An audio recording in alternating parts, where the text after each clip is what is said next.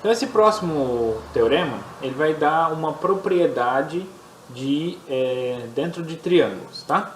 Então ele fala o seguinte, ó, o segmento com extremidade nos pontos médios de dois lados de um triângulo é paralelo ao terceiro lado e tem a metade do seu comprimento.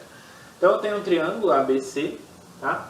E aí então eu peguei D, o ponto médio do lado AB, e E, o ponto médio do lado AC, tá?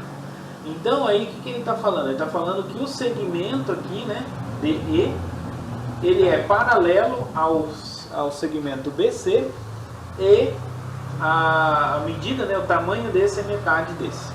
Tá? Então é isso que eu quero mostrar. É isso que está falando aí esse teorema. Então vamos ver como que a gente constrói, né, para provar, usando o paralelogramo. Então vamos lá. Primeiro eu vou considerar então eu tenho isso aqui, né? Então esse tamanho é o mesmo que esse é o tamanho é o mesmo que esse, tá? Por isso que aí tem uns risquinhos aí para identificar que são iguais. Muito bem. Agora eu vou considerar então um ponto sobre a reta BE. É um ponto G, de tal forma que a distância de B até E vai ser igual à distância de E até G. Então, eu vou traçar aqui uma reta. Tá? Aí eu vou pegar então esse tamanho aqui e vou reproduzir ele aqui. Então eu vou chegar aqui num ponto G aqui. Tá? Deixa eu escrever de preto aqui, porque senão fica muito claro. Então esse aqui é o ponto G. Tá? Então ele é um ponto então, sobre a semirreta BE, de tal forma que a distância de B até E é igual à distância de B de E até G. Então aqui, esse tamanho aqui, eu vou pôr três pauzinhos aqui, e vai ser igual a esse aqui, 3 pauzinhos. Muito bem. Como AE é igual a EC, né? Então, pelo teorema anterior, o item C, diz o seguinte, ó. Então, veja só. Se eu pego aqui e prolongo isso aqui.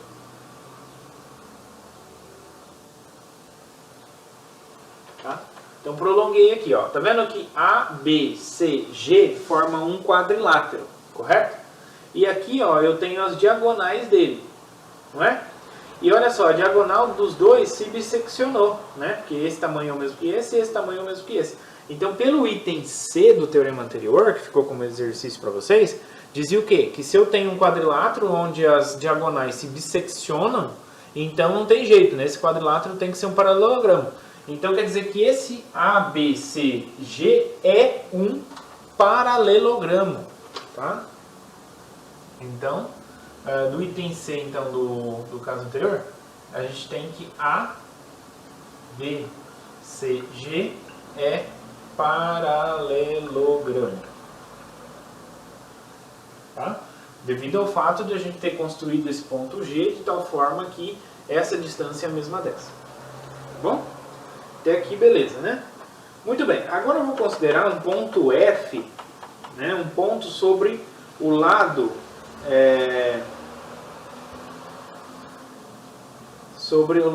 DE, aqui, ó. Sobre essa reta aqui, ó, eu vou considerar um ponto F, de tal forma que ele pertença também a CG. Então, ou seja, eu vou prolongar essa reta aqui e vou olhar para a interseção. Eu vou chamar esse ponto de F. Tá bom? Então F é a interseção. Ok. Tá? Então F está tanto na reta DE quanto no segmento CG. Tá? Assim, o que a gente tem? A gente tem alguns ângulos a considerar aqui, ó. Então vamos marcar aqui, eu vou marcar de azul aqui para dar destaque. Então eu tenho o ângulo ECF, que é esse aqui, ó. Então temos esse ângulo e o ângulo EAD,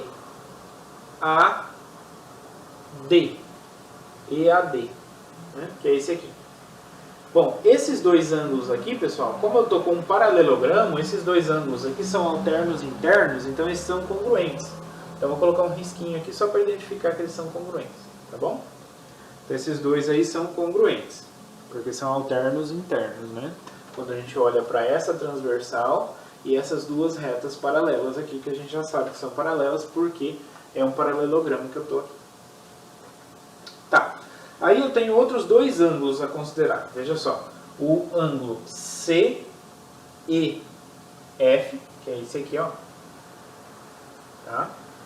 Então eu vou olhar para esse aí. Ele vai ser congruente a quem? A AED. AED. Esse aqui. Por quê? Porque são opostos pelo vértice.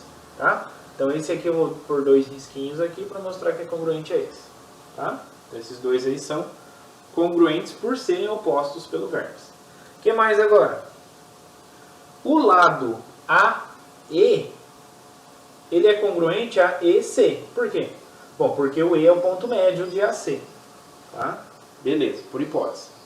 Logo, pessoal, olha esses dois triângulos aqui, ó. O triângulo ADE e o triângulo EFC. Então a gente tem ângulo, lado, ângulo. Tá? Então, pelo caso lado, ângulo, lado... Não, ângulo, lado, ângulo... Então, pelo caso, ângulo, lado, ângulo... O que a gente tira? A gente tira que os triângulos ADE é congruente a EFC. Tá? EFC e ADI. Tá bom?